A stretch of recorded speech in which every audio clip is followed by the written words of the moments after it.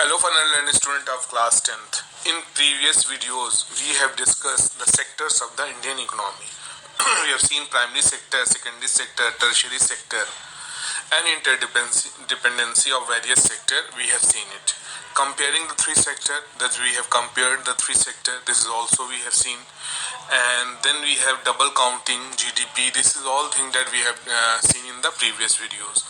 Now in this video we will take this topic, that is changes in the importance of different sector in developed countries, that how change has occurred in primary, secondary and tertiary sector, and what is the current position at the moment today.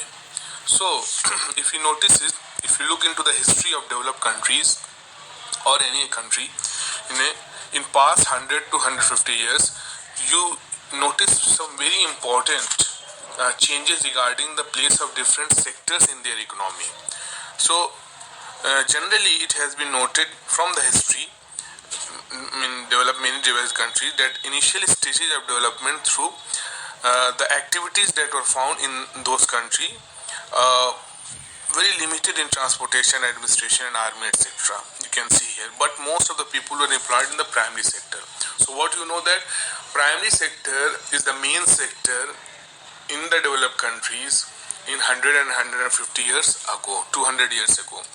But over a long time, it's more than 100 years, and especially because new methods of manufacturing were introduced in these 100 to 200 years, factories came up and started expanding. And those people who were earlier working in the primary sector, they have shifted to the secondary sector, and now secondary sector gradually become the most important in total production and employment. So from primary sector to secondary sector, this shift has taken place over the 200 to 200 years. So this has this shift that you can notice from primary to secondary sector. This process did not stop. In the last few decades, if you notice, there has been a further shift from secondary to tertiary sector.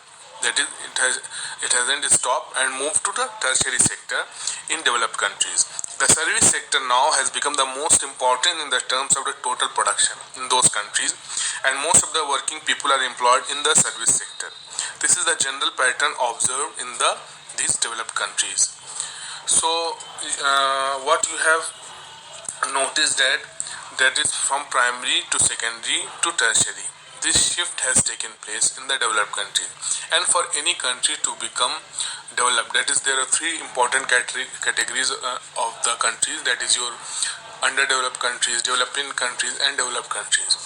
If you notice that in underdeveloping, that is your underdeveloped countries, the primary occupation, the primary sector, always you'll find the primary sector.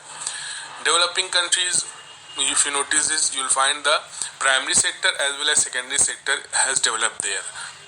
But developed countries, this you will find their primary sector, secondary sector and tertiary sector. So tertiary sector is more contributing in the employment generation and income generation in the developed countries.